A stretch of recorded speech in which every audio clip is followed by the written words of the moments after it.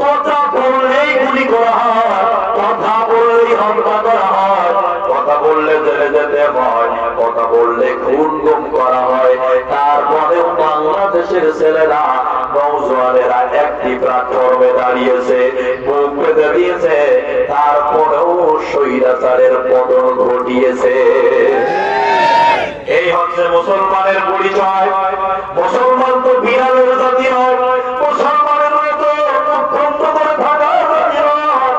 1,40,000 সিরিয়ার মাটির তো দূর থেকে তারা দখল করে ফেলল, আর মুসলমানদেরকে ভয় দেখালো, দেখো আমরা 1,40,000 তোমাদের প্রয়োজন হবে না মুসলমানেরা, শুধু সকাল হতে দেরি হবে, তোমাদের বউগুলো বেদুবা হয়ে যাবে, তোমাদের ছেলে মেয়েরা ইয়াতীম হয়ে যাবে, তোমাদের একটারও জীবন বাঁচবে না, মরে যাবে, বাঁচবে না।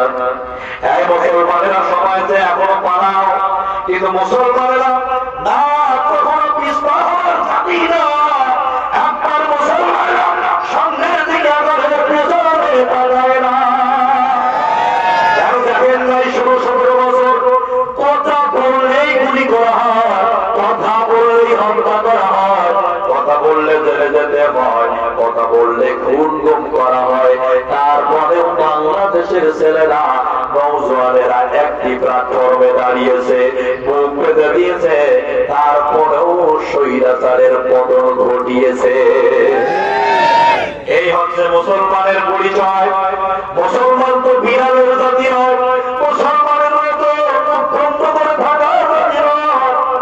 ইয়ারমুকের যুদ্ধের দিনের কথা বলছি, রাতের বেলা মুসলমানেরা তাঁবুর ভিতরে যারা আরাম ফরমাচ্ছিল, আর যারা তাঁবুর বাইরে যারা ডিউটিরত ছিল রাতের বেলা, তাদের চিন্তা হলো রাতের বেলা বেকার খামোখা সময় নষ্ট না করে বরং দাঁড়ায়া দাঁড়ায়া যদি মহান রবের কাছে রুকু সেজদায় চলে যাই, মহান রব্বুল আলামিন মাদদ নাজিল করবে।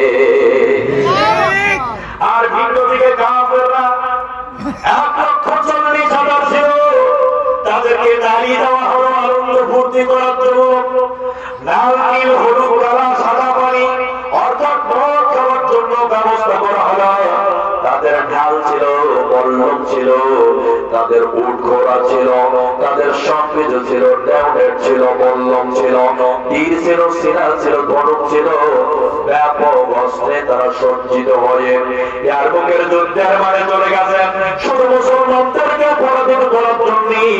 আর অন্যদিকে মুসলমানেরা 36,000 সকাল হয়ে গেল, তারা ময়দানে দাঁড়িয়ে গেল প্রথম কাতারে, একটি তাকবীরের ধ্বনি দিয়ে দিল। দাঁড়াই তাকবীরের আওয়াজ যখন হলো, সব মুসলমানের একটি কাতারে কাতারবন্দী হয়ে গেল। আল্লাহু আকবার। নির্ভীক সৈনিকেরা দাঁড়িয়ে গেল। লড়াই হবে আমার দুই গ্রুপে, একদিকে 1,40,000 আর ভিন্ন দিকে মাত্র 36,000। আমার সংখ্যা দেখলে আমাদের হবে না, আমাদের হিসাব রাখতে হবে ইমানের কিসের কথা বলে না কেন, ইমানের হিসাব করা লাগবে। সংখ্যা দিয়ে কি করবেন আমার প্রিয় ভাইরা? ওই ময়দানে শুরু হয়ে গেছে লড়াই। মুসলমানেরা সামনের দিকে এগোচ্ছে, গিরিশঙ্করে নিয়ে চলেছি, ব্যাপকভাবে লড়াই করছে, রক্তক্ষয়ী যুদ্ধদ্বন্দ্ব সংগ্রাম চলছে। মানুষদেরকে সামনের দিকে আহ্বান জানাচ্ছে। যেই দিক দিয়ে মুসলমান সেনানীরা গিয়েছে, ওই দিকের কাফিরদেরকে জীবিত কবর রচনা করেছে। কেন দেখেন নাই মসজিদুল আকসার সামনে ইহুদির বাচ্চারা রকেট হামলা করে, তারপরে বিমান দিয়ে হামলা করে, মিসাইল মারে, বোম মারে, গুলি করে, নামাজরত মুসল্লিদের উপরে হত্যার ইস্তিগফার চালায়। আর ভিন্ন দিকে মুসলমান ইমানদার যুবকেরা হাতের মধ্যে একটা পাথর নিয়ে নিক্ষেপ করে। আমার মন মনে দেখেছি এই পাথর যেন এক বোমের কাজ হয়েছে।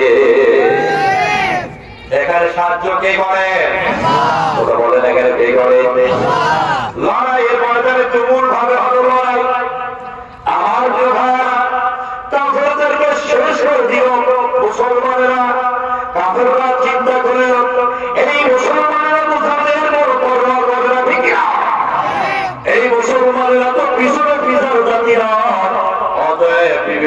মেয়েটাকে যদি বিধবা আর এতিম না বানাতে চাই, পাহাড়ের গনি দিয়ে একরে ভাগা দরকার।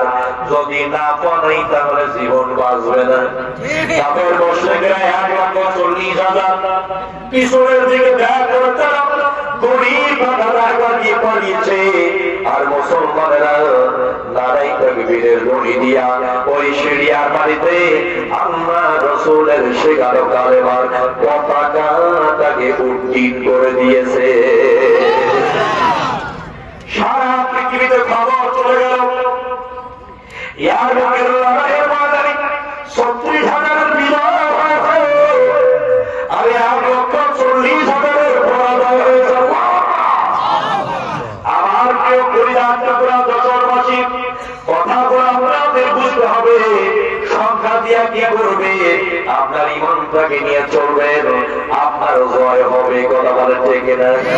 খবর পৌঁছে গেছে ওই সময় সিরিয়ার যিনি প্রেসিডেন্ট ছিলেন কায়সারের বাড়ি চলে গেল খবর 36,000 বিজয় হয়েছে, 1,40,000 পরাজয় হয়েছে। মুসলমানেরা আনন্দে উৎফুল্ল হয়েছে ময়দানে। কায়সার বলে 1,40,000 মাত্র 36,000 কাছে তোমরা হেরে গেলে কি হলো? মুসলমানদের কি এমন অস্ত্র আছে, এমন কি তাদের শক্তি আছে, কি এমন বিশেষ পাওয়ার আছে যে পাওয়ার মুসলমানদের বিজয় এনে দিয়েছে?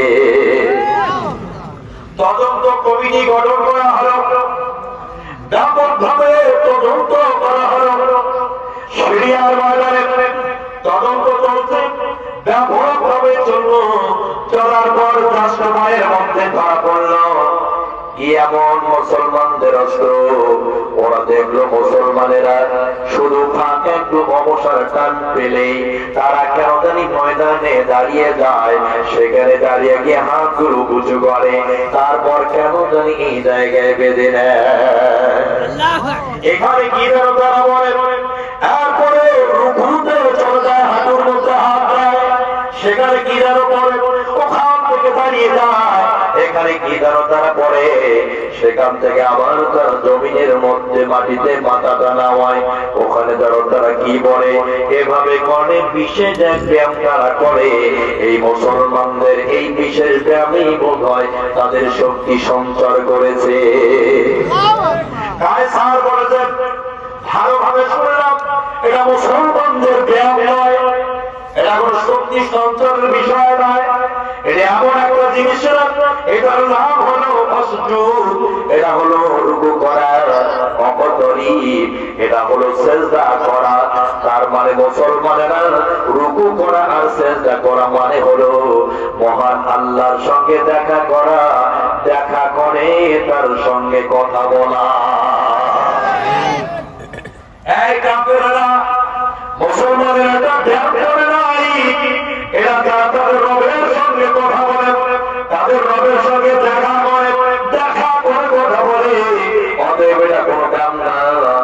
আমার প্রিয় পরিজন টুকুরা যশোরবাসী রে, আজও যদি এই বিষয়টা আপনাদের মধ্যে থাকে, নামাজ যদি আপনাদের মধ্যে এখন যদি থেকে যায়, পরিপূর্ণভাবে যদি দেশের মানুষ অযক্ত নামাজ আদায় করে, যত বড় ভারত আমাদের হুমকি দেখ না কেন, শুধু ভারত না, সারা পৃথিবীর সকল ইসলাম বিরোধী শক্তি যদি আমাদের বিরুদ্ধে কথা বলে কাজ করে, আমাদের বিজয় পরাজয় হবে তাদের। কথা বলেন ঠিক না? অমিন্দের কি আছে? বিজয় আছে। আর পরাজয় হবে কারা? পরাজিত কারা? কাফের, মুশরিক এবং জালেমরা। অনেক আলোচনার বিষয়, কিন্তু আপনাদের এই উঠাউঠির পিছনে কারণ কি? রাজধানী বেশি বলেন, বলেন কি দিয়ে লাগছে? হ্যাঁ বলেন, এটা লাগে। সম্মানিত বন্ধুগণ, এই যে বিষয়বস্তুটা, ইমানদারের সবচেয়ে বড় অস্ত্রের নাম কি? ইমান। ইমানদারের সবচেয়ে বড় অস্ত্রের নাম কি? ইমান। ইমান যার যত বেশি থাকবে, সে তত বেশি সফল কাম হবে এই দুনিয়ায়। আর ইমানদার থাকবে না, তার দ্বারা কোনদিনও কোন কাজে সফলতা আসবে না। আমি বুঝতে পেরেছি আপনাদের এই অবস্থাটা। সম্মানিত ভাইয়েরা, আর একটু এগিয়ে যাই, আর একটু দেই নাকি আসলে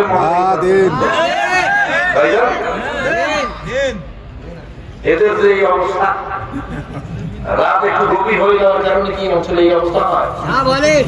শীত বেশি, একটু শীত বেশি, এই কারণে একটু কষ্ট হচ্ছে না? আমাকে এটা বুঝতে হবে। আপনাদের জেনে শুনে কষ্ট দেওয়াটাও কিন্তু ঠিক না।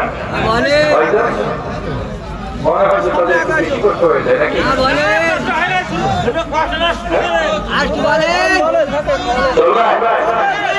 কারা কারা চলতে গেলে আল্লাহ কবুল করুক। জোরে আমি যেহেতু অনেক দূর থেকে কষ্ট করে আছি, 300 কিলো হয় আমার জলডাঙ্গা থেকে এইখানে। কত কিলো? 300 কিলো। এই যে জার্নিটা, যে ক্লান্তিটা আছে, ব্যাপক আছে, তারপরেও কিন্তু আমাকে বলতেই হবে, কারণ আপনার অনেক মানুষ এখানে বসা আছে। আপনাদের মুখগুলোর দিকে তাকায় আমাকে কথা বলতেই হবে।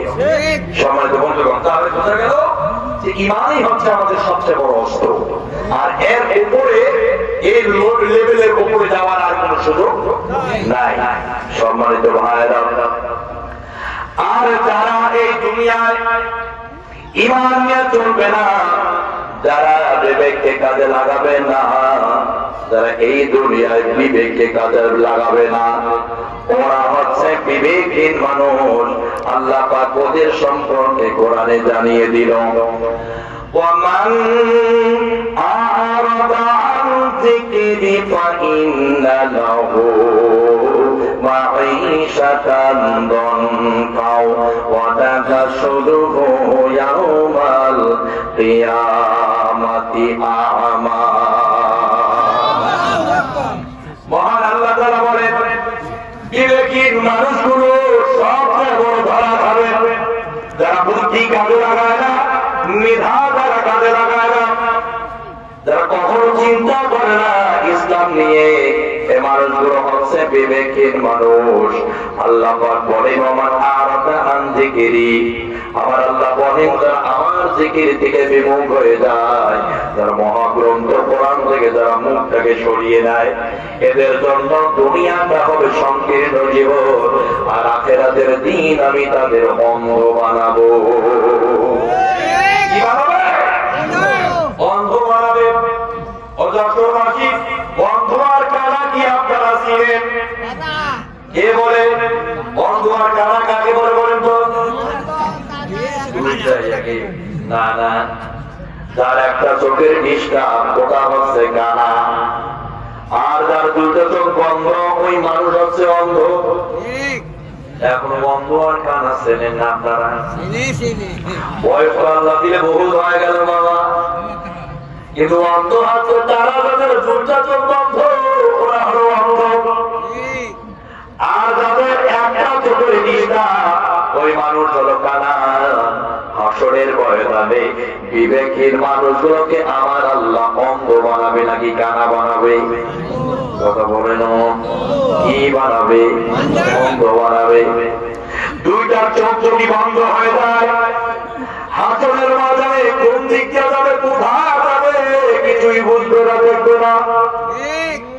গিয়েছে সরাসরি মহান আল্লাহ রাব্বুল আলামিনের সামনে গিয়ে দাঁড়িয়ে যাবে। মহান আল্লাহর সামনে দাঁড়ায়া এই বিবেকহীন পোষা মানুষটা আল্লাহর সামনে বলবে, ক্বালা রাব্বি মা হাশারতানি আ'মা ওয়া ক্বাদ কুনতু বাসীরা। হে আমার রব, দুনিয়াতে আমি চক্ষু পাচ্ছি না, আজ হাসরের ময়দানে কেন আপনি আমার অন্ধ বানাবেন? দুনিয়াতে আমার চোখ ছিল, হাত ছিল, মেধা ছিল, বুদ্ধি ছিল, সব কিছু ছিল, কিন্তু আজ কেন আপনি আমাকে অন্ধ বানালেন? মহান আল্লাহ পাক এই বিবেকহীন মানুষটাকে ওই দিন বলে দিবেন, ক্বালা কাযালিকা আতাতকা আয়াতুনা ফানাসিতাহা ওয়া কাযালিকাল ইয়াওমা তুনসা। আল্লাহ তাআলা স্পষ্ট ভাবে বলে দিবেন, ক্বালা কাযালিকা আতাতকা আয়াতুনা, আমার আয়াতগুলো কি পরিষ্কারই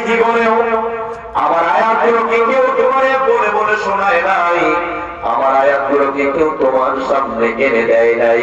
কোরআন হাদিস থেকে কেউ কি তোমাকে কখনো বোঝায় নাই?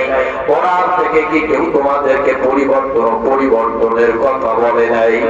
ওই দিন লোকটা বলবে আল্লাহ জি হ্যাঁ, আলেমরা বলেছিল যখন আমাদের পায়ে রক্ত মাথায় উঠেছিল ঠিক তখন। মেজাজ গরম হয়ে যায় হুজুরদের উপরে, হুজুররা যেটা বলে মেজাজ গরম হয়ে যায়, ভালো লাগে না। হুজুর শুধু চিল্লায় আর বোঝায়, মাথা গরম হয়ে যায়, ভালো লাগে না।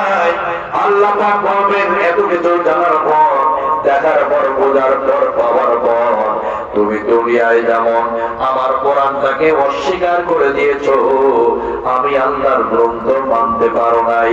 আজ দুনিয়া থেকে এই জায়গায় এসেছো দারুল আখিরা।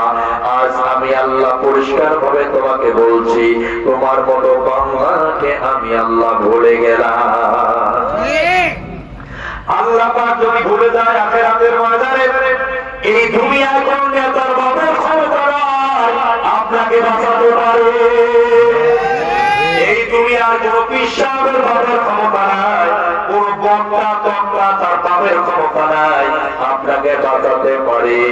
অতএব বাঁচতে হলে নিজেকে জানতে হবে। কথা বলে না কেন? বাঁচতে হলে নিজেকে জানতে হবে, বাঁচতে হলে নিজেকে বুঝতে হবে, বাঁচতে হলে অনুযায়ী জীবন করতে হবে, না হলে খবর খারাপ আছে। আখিরাতের ময়দানে যখন এই বিবেকের মানুষটা ধরা দিয়ে যাবে, একেবারে ধরা মানে খামদে গড়িয়া বগা খামদে রে আছে না, এরকম হয়ে যাবে।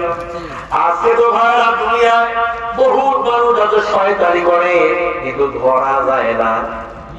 বলছে না কেন? বলেন তো ৩৬ মাসে কাদার ভিতরে একটা মাছ থাকে, নাম কি? কথা বলে না? কি মাছ? পাকাল মাছ। পাকাল মাছ কোথায় থাকে? আর যখন ধরা পড়ে তখন মনে হয় আল্লাহর ফেরেশতা, ওর শরীরে জীবনেও মনে হয় কাদা লাগে নাই, অথচ খোঁজ নিয়ে দেখে ও কাদার ভিতর ছাড়া থাকে না। আমার ভাইরা একবার একটা গাছ কুড়ালকে প্রশ্ন করেছিল, কুড়াল ভাই তুমি আমার কাটো কেন? আপনারা জানেন কুড়াল কি গাছ কাটে? কুড়াল গাছ একটা কুড়ালে প্রশ্ন করেছে আপনি আমার কাটেন কেন? কুড়াল বলেছে আমি কি তোমারই কাটি সাথে? তোমার জাতি ভাই ঢোকা আছে আমার পাছার ভিতরে। আমি কুড়াল কি তোমার মতো গাছরে কাটতে পারি? আমার কোন শক্তি নাই, সম্বল নাই, পাওয়ার নাই, ক্ষমতা নাই, কিন্তু তোমার মতো গাছ, তোমার এক জাতি ভাই গাছ, ও আমি কুড়ালের পাছার মধ্যে ঢোকা আছে, ও আমার শক্তি বাড়ায়, পাওয়ার বাড়ায়, ও আমার ক্ষমতা বাড়িয়েছে, এই জন্যই আমি কুড়াল তোমার মতো গাছরে কাটি। এই শয়তান কোনদিন ধরা খাবে, পাকটা ধরা খাবে, আর ছাড় পাবে না, ঠিক না? আসরের ময়দানে যখন ধরা খেয়ে যাবে, পাছার কেউ আর থাকবে না ওখানে। আজ তো বাংলাদেশে বহু বিশ্বাস বের হয়েছে, শুধু বলে হাতে হাত রাখে আর বায়াত গ্রহণ করে। আপনাকে আমি সোরাগুলি দেখাবো, ডাইরেক্ট জান্নাতে ঢুকে যাবে। সোরাগুলি আছে নাকি জান্নাতে যাওয়া? আজকে ছোটখাটো 3 কোয়ার্টার ইসলাম বোঝায় যারা, ওই দিন ধরা খাবে তারা। আরে দয়াল বাবা বন্ধ বাবা লাগে আমায় ডর, দয়াল বাবা বন্ধ বাবা লাগে আমায় ডর, ফেরেশতায় গর্দ মারবে কবরের ভিতর বাবা গো, ফেরেশতায় গর্দ মারবে কবরের ভিতর। ভণ্ড বেদার মরিতে যারা, আরে মুইতা পানি লয় না তারা, ভণ্ড বেদার মরিতে যারা,